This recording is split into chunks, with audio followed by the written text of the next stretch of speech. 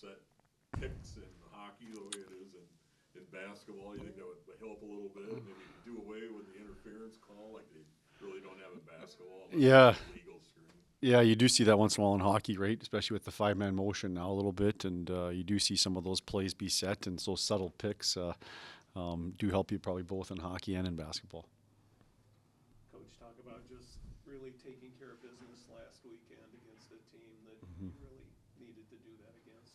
Yeah, I think just like Crutch said a little bit too, I think we just kind of one game at a time. I don't think Miami gets enough credit. I think they're going to win some hockey games. They gotta, if you look at their roster, they've got some talent there, and they're right in the games. And it's just again one of the things about playing in the NCHC, and you're not facing a weak opponent very often, and so.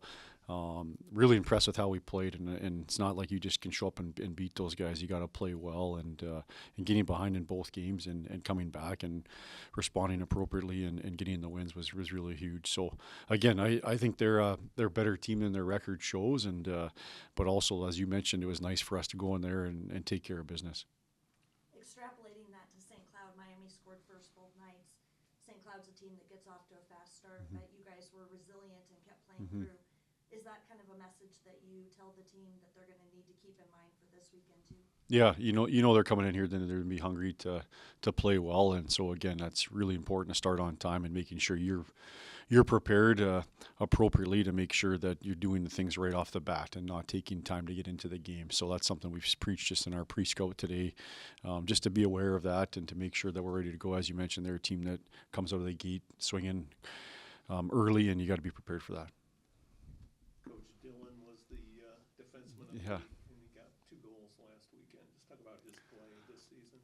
Yeah, great weekend for Dylan. Nice to see him step up and have a real big impact on both games there and play well. And I think that's what you're kind of seeing down the stretch here. Just every weekend it seems to be a new player that's, continue to elevate his game and find ways to contribute.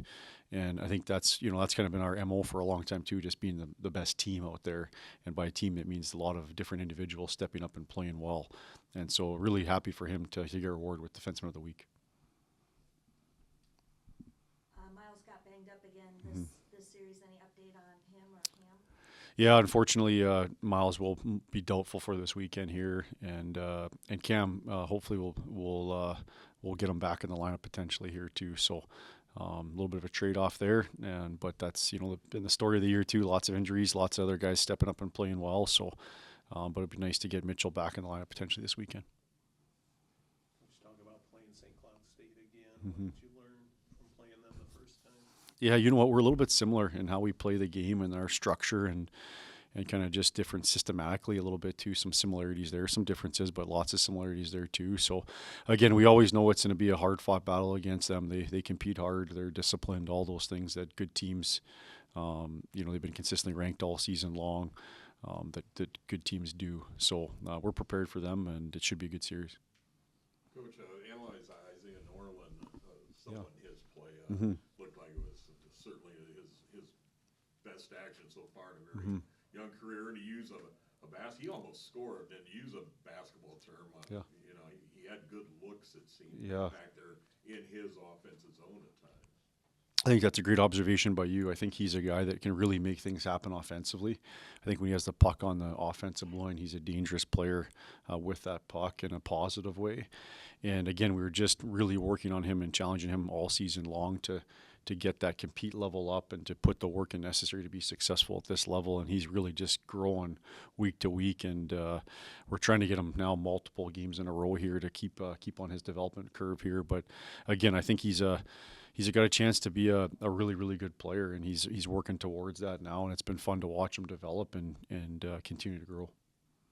Speaking of defensemen, you've got Gavin, who's on track to his best season yet. What have you seen from him over the last couple of years that has made him continue to excel?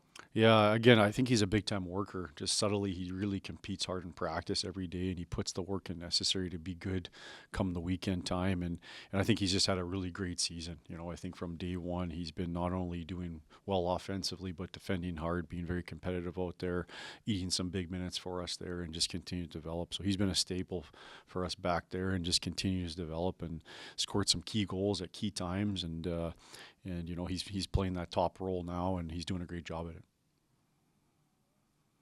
Awesome. Okay, thanks, guys.